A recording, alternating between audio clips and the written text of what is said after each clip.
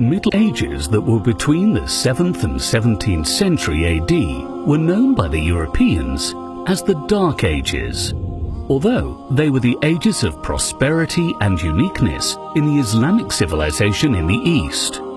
These ages opened the way for many discoveries and inventions, which became afterwards fundamentals for the human life, which made them Golden Ages.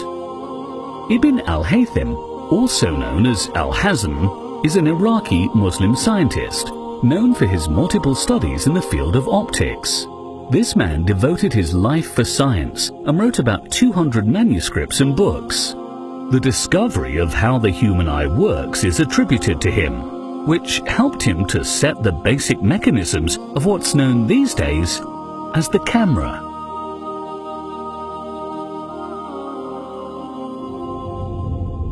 There was an urgent question that haunted Ibn al-Haytham. It was, how can the eye see? The ancient scientists believed that when we open our eyes to see, there is a ray that comes out of our eyes and lands on the seen object, and then falls back to our eyes again, which causes the ability of sight.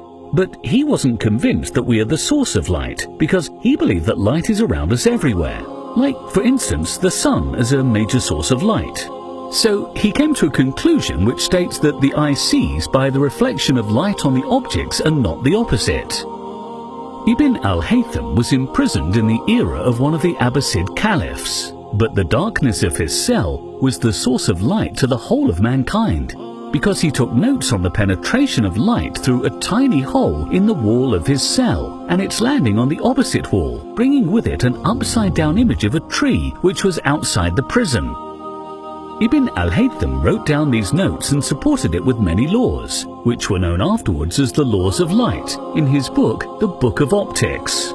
And he said for this experiment the term camera, which means a cabin or dark room with one tiny hole, that became the camera when the book was translated into Latin.